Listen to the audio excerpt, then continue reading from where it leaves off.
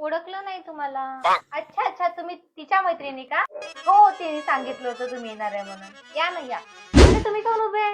बसा ना बसा ना, आपलंच घर आहे, बसा बसा. तुझे मित्र मैत्रिणी आले बाहेर निघ. आमची मॅडम थकून आहे, आराम करून राहिल्या. दिवसभर फोन विचकत होत्या ना. हे हात दिसताय का? हे हात, या हाताले आता आरामाची गरज आहे. पण या हाताले कधी आराम भेटते का माहित. मला सांगतो ना, माझे हात कोमल होते एकदम गुलाबासारखे, पण आता काम करू करू ना माझे हात एवढे मजबूत झाले ना, मला आता खलबत्त्याची गरज नाही पडत. तर मग हातानं फुटतो. एकदा नाही का भिंतीन खिळे ठोकत राहिले ना, एक आता हातानंच ठोकतो. तरी पण कोणाकोणाला कदर नाहीये. तुम्ही घरी जेवण स्वतःच्या हाताने घेता का? अच्छा घेता. नाही, आमच्या घरी जेवण नाही का नेऊन द्यायला लागते, ते बी डायरेक्ट पलंगावर.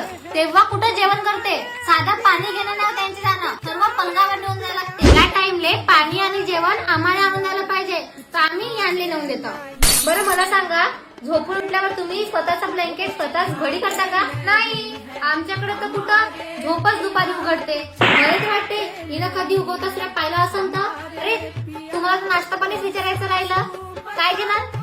थांबली असते थोड्या वेळ, अजून थोड्याशा गप्पा गोष्टी केल्या असत्या. अरे पाया बिया कुठे लागतात, राहू द्या.